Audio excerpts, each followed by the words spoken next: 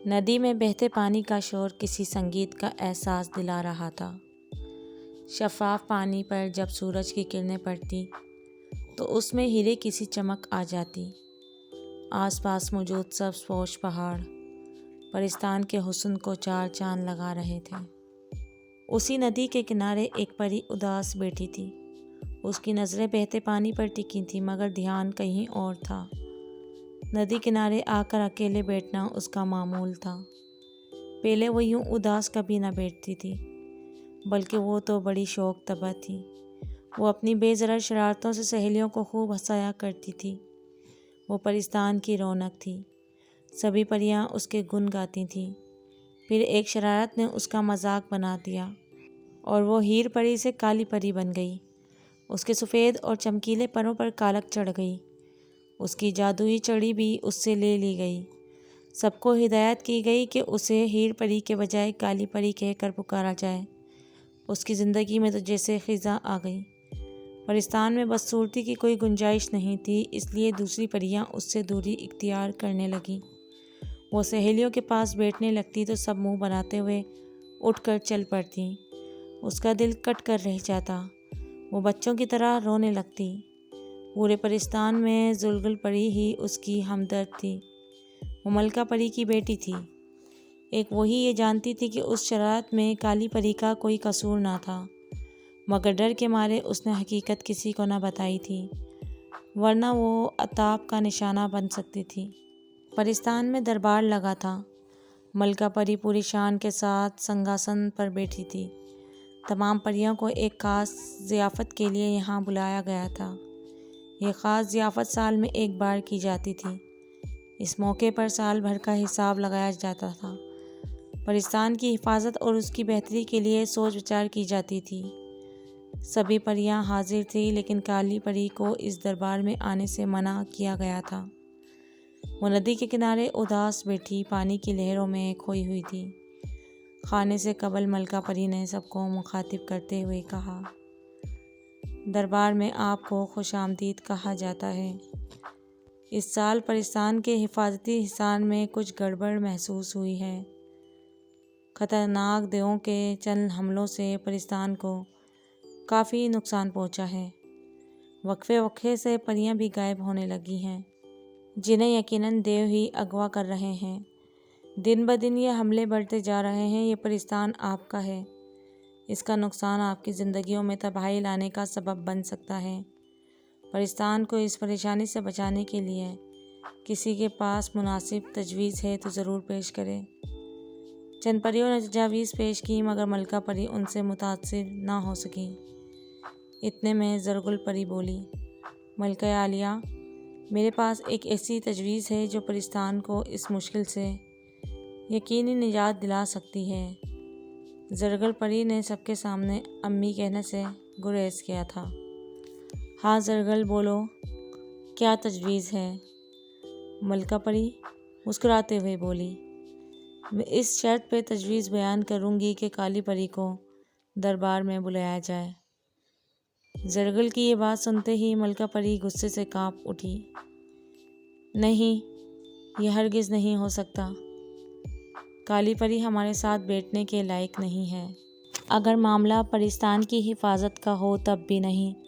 ज़रगुल फ़ौरन बोली, हूँ हिफाजत, वो तो परिस्तान का जनाजा निकालने पर तुली थी। वो तो शुक्र है ऐन वक्त पर मैंने अपनी जादुई छड़ी उससे छीन ली। परिस्तान का जनाजा वो नहीं, मैं निकालने लगी थी। आपकी जादुई छड़ी मैंने चुराई थी और उस पर मंत्र भी मैंने ही पढ़े थे। ज़रगुल परी की इस बात पर दरबार में हलचल मच गई। परियां आपस में खुसर बुसर करने लगी। किसी को यकीन नहीं आया था कि इतनी छोटी परी ने जादुई छड़ी को मंत्र के ज़ेरे असर कैसे किया था। ये क्या कह रही हो तुम ज़रगुल? मैंने खुद इन आँखों से देखा था कि वो छड़ी काली परी के हाथ में थी। वो जानती थी कि जब कोई परी मलका परी की जादुई छड़ी इस्तेमाल करेगी तो परिस्तान के लिए बहुत बुरा साबित हो सकता है। फिर भी उसने मेरी छड़ी पर हाथ डाला। ये सच है कि जब आपने देखा उस वक्त छड़ी काली परी के हाथ में थी। हर तरफ सियाह धुआं फैला हुआ था। परिस्तान जलता हुआ दिखाई दे रहा था, मगर वो सब काली परी ने नहीं किया था। बताओ फिर किसने किया था? मलका परी उलझाई हुई बोली, मैं आज सब कुछ बताऊंगी, पहले काली परी को दरबार में बुलाया जाए। ज़रगुल बजित थी। मलका परी ने 2 परियों को हुक्म दिया कि वो काली परी को तलाश करके फ़ौरन दरबार में लाएं। दोनों परियां हुक्म की तामील करती हुई परिस्तान में बादलों की तरह उड़ते हुए काली परी को ढूंढने लग पड़ी। जल्द ही उनकी तलाश खत्म हो गई। उन्हें नदी के किनारे काली परी उदास बैठी नजर आई। जब उन्होंने मलका परी का हुक्म सुनाया तो काली परी को यकीन न आया। बार बार तस्दीक करने के बाद काली परी उनके साथ चल दी। दरबार में पहुंचकर काली परी मलका परी के करीब होने लगी तो उसे हाथ के इशारे से रोक दिया गया। वो पीछे हटकर बैठ गई। हाँ ज़रगुल, अब कहो। मलका परी ने हुक्म जारी किया। इस हुक्म के साथ ही दीगर परियां मुतवज्जा हो गईं। वो भी असल बात जानना चाहती थी। काली परी को दरबार में देखकर ज़रगुल खुशी से मुस्कुराई, फिर बोली, उस दिन आप सो रही थी, मेरी नज़र आपकी छड़ी पर पड़ी जिसे आपने अपने सिरहाने रखा हुआ था। मैंने चुपके से छड़ी उठाई और उससे खेलने लगी। खेलते खेलते मुझे शरारत सूझी कि क्यों न इस पर मंत्र आजमाया जाए। मुझे सही से मंत्र नहीं आता था, बस उल्टा सीधा पढ़ने लगी।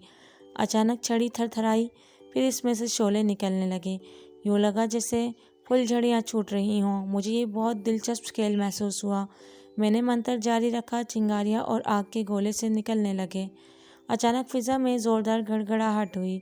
कुछ देर में सियाह धुआं सा छाने लगा। जब धुआं छटा तो देखते ही देखते एक बदशक्ल देव सामने आ गया। वो देव बहुत खौफनाक और ताकतवर दिखाई दे रहा था। पहले वो कुर्राया, फिर छड़ी पर झपटा। मैं घबरा गई और डर के मारे कांपने लगी।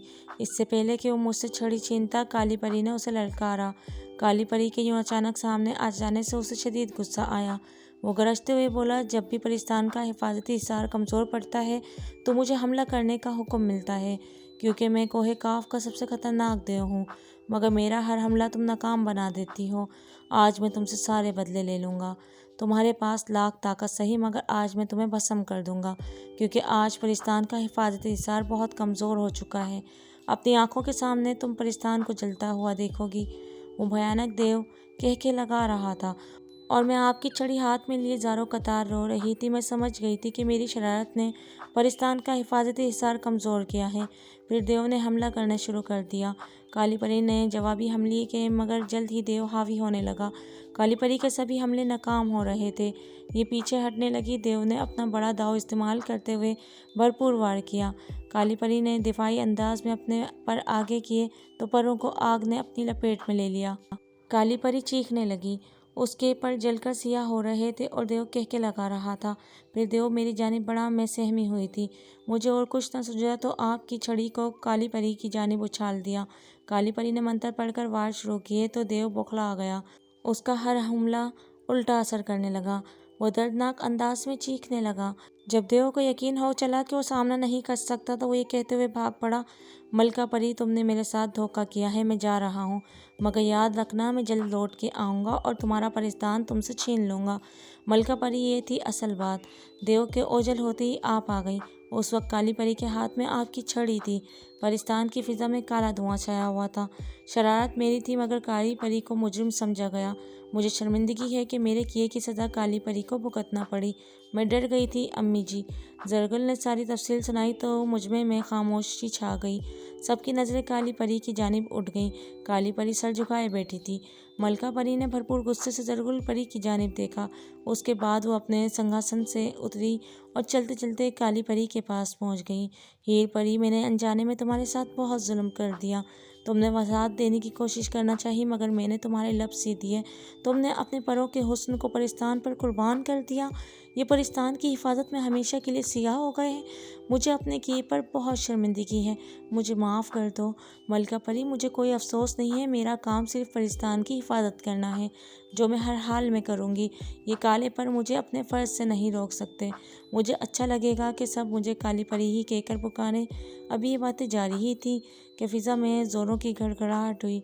कुछ देर के लिए परिस्तान में जिससे अंधेरा छा गया। जब मंजर साफ हुआ तो परियों की चीखें निकलने लगी।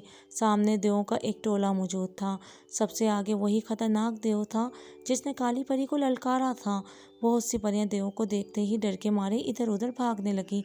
कुछ ने हिम्मत दिखाई और वहीं जमी रही। मलका परी, आज तुम्हारे परिस्तान पर हमारा कब्जा हो जाएगा, हिम्मत है तो रोक कर दिखा। हा हा हा हा, उसी देव ने मलका परी को ललकारा। अभी फैसला हो जाएगा। ये कहते ही मलका परी ने मंत्र पढ़ा और छड़ी देव की जानिब लहराई। एक सुलगता हुआ गोला निकला और सीधा देव से जाकर टकराया।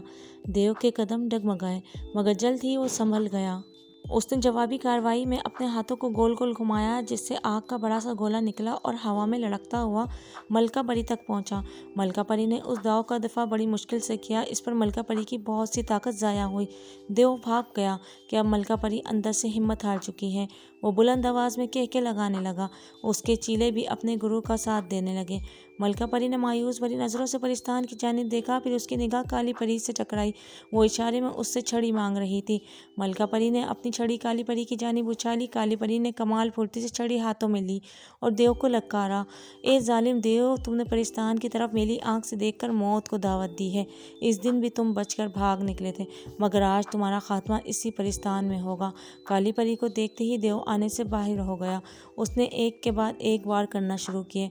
काली परी उसके हर वार को नाकाम बना रही थी। देव सटपटा कर रह गया। उसने अपने चीलों को भी हमला करने का हुक्म दिया। काली परी ने भी दिफा के साथ जवाबी हमले शुरू कर दिए। देव के चीलों ने जब काली परी के खतरनाक हमले देखे तो बुजदिली से भाग पड़े। दीगर परियों ने इन्हें जाने दिया। वो चंद थे, परियां सैकड़ों में थी। जल्द ही वो जिंदगी की बाजी हार गए। काली परी पूरे जोश के साथ जालिम देव पर हमले कर रही थी। वो भी इन हमलों से डर गया था। उसने वापस कोहे काफ जाने का इरादा ही किया कि काली परी ने पूरी ताकत से उस पर वार कर दिया। देव उस वार की ताब न ला सका और मौके पर ही ढेर हो गया। उसके मरते ही परिस्तान में धुआं छा गया। ये धुआं सफ़ेद रंग का था, जिसने परिस्तान में छाए गंध को बिल्कुल साफ सुथरा कर दिया। सभी परियां फिर से इकट्ठी हो गई। दरिया उसी अंदाज में सज गया। काली परी ने मलका परी को उसकी छड़ी वापस कर दी। मलका परी सिंहासन पर फिर से बैठी और परियों को मुखातिब करते हुए कहा, मैंने परिस्तान की बेहतरी के लिए एक फैसला लिया है कि इस सिंहासन पर आज से मेरी जगह काली परी बैठेगी। अब से ये आपकी मलका होगी। मुझे उम्मीद है कि किसी को इस पर एतराज़ नहीं होगा। परियों ने जब ये सुना तो खुशी से खिल उठी। वो हकीकत जान चुकी थी, इसलिए उन्हें कोई एतराज़ नहीं था। काली परी ने लाख इनकार किया, मगर मलका परी ने अपनी छड़ी देते हुए उसे सिंहासन पर बिठा दिया। ऐसा परिस्तान में पहली बार हुआ था कि एक काली परी को मलका परी का दर्जा मिला हो। सच तो ये था कि ज़ाहिरी काला रंग मन के रंग पर असरअंदाज नहीं हुआ था। सबसे ज़्यादा खुशी ज़रगुल परी को थी। वो चेकी, फिर शर्मिंदगी से बोली, मेरी नई मलका परी, मुझे कोई सज़ा तो नहीं मिलेगी ना? हाँ, क्यों नहीं, तुम्हें सज़ा तो ज़रूर मिलेगी। तुम्हारी सज़ा ये होगी कि तुम्हें मुझसे तरबियत लेना होगी, ताकि तुम फिर से उल्टे सीधे मंत्र न पढ़ने लगो। काली परी की इस बात पर ज़रगुल समेत पूरी परिस्तान की परियां मुस्कुरा उठी।